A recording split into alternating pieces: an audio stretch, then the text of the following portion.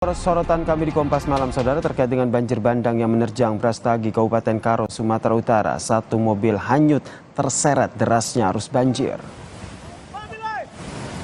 Dan saudara, inilah detik-detik saat banjir bandang terjadi di Sungai Sembahe dan menghanyutkan sebuah mobil, saudara. Derasnya arus membuat mobil terombang-ambing terseret banjir. Banjir ini, saudara, disebabkan oleh tingginya intensitas hujan yang mengguyur Kabupaten Karo hingga memicu debit Sungai Sembahe yang berhulu dari puncak Gunung Sibayak Brastagi ini meluap pada Minggu siang. Derasnya arus banjir turut membawa material kayu dan juga material lain.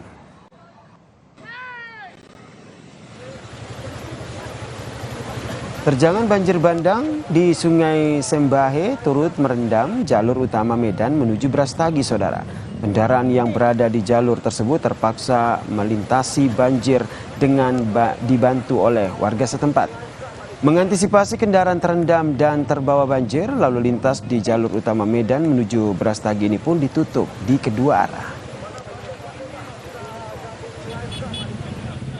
Kemudian setelah sempat ditutup selama beberapa jam, jalur utama Medan menuju Brastagi, tepatnya di Tanjakan Penatapan Kota Brastagi ini pun kembali dibuka pada Minggu sore. Genangan banjir mulai surut sehingga kendaraan dapat kembali melintas di jalan tersebut. Polisi dikerahkan ke lokasi untuk mengatur lalu lintas yang sempat mengalami kemacetan panjang. Warga pun dihimbau waspada saat melintasi jalur Medan Brastagi maupun di wilayah area wisata.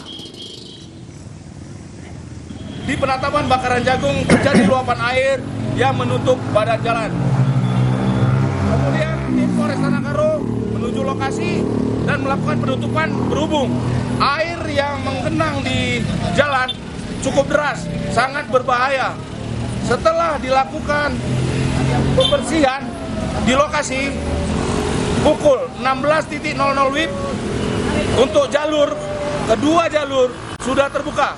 Saat ini di lokasi personil masih melakukan pengaturan.